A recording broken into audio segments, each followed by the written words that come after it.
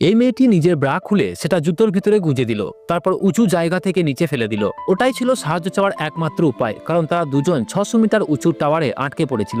দূর থেকে নেওয়া দূরবীন দিয়ে সবকিছু দেখছিল, কিন্তু সে জানতো না যে ভিতরে রাখা মোবাইল ফোন কোনো সিগন্যাল পাঠাতে পারবে কিনা। যখন তারা দুজন সম্পূর্ণভাবে আশা হারিয়ে ফেলেছিল, তখন বেইলি হঠাৎ খেয়াল করলো টাওয়ারের নিচে একজন মানুষ দাঁড়িয়ে রয়েছে। তারা গলা ফাটিয়ে চিৎকার করতে শুরু করলো, কিন্তু এত উঁচু থেকে নিচের লোকটা কিছুই শুনতে পেল না। ভাগ্য ভালো পাশে একটা কুকুর ছিল, সে টাওয়ারের উপর থেকে আসা শব্দ শুনতে পাচ্ছিল, কিন্তু তার মালিক কুকুরটাকে ঘুরিয়ে নিয়ে চলে যেতে লাগলো। এই দৃশ্য দেখে বেইলি ভয় পেয়ে গেল। সে তাড়াতাড়ি নিজের জুতো খুলে নিচে ছুড়ে দিল, কিন্তু জুতো পরেও লোকটার দৃষ্টি আকর্ষণ হলো না। এখন বেইলির হাতে ছিল একমাত্র শেষ জোড়া জুতো। সে সর্বশক্তি দিয়ে ওগুলো নিচে ফেললো, আর এবার জুতো লোহার ফ্রেমে গিয়ে আঘাত করলো। শব্দ শুনে কুকুরটা ছুটে গেল। তার মালিকও অবাক হয়ে এগিয়ে এলো এবং মাটিতে পড়ে থাকা জুতো তুলে নিল। লোকটা ভাবতে লাগলো, এই জুতো এখানে এলো কিভাবে। টাওয়ারের উপর থেকে এই দৃশ্য দেখে দুই মেয়ের মনে আবার একটু আশা জাগলো। তারা আবার গলা ফাটিয়ে চিৎকার করতে লাগলো, কিন্তু লোকটা তবুও কিছুই শুনল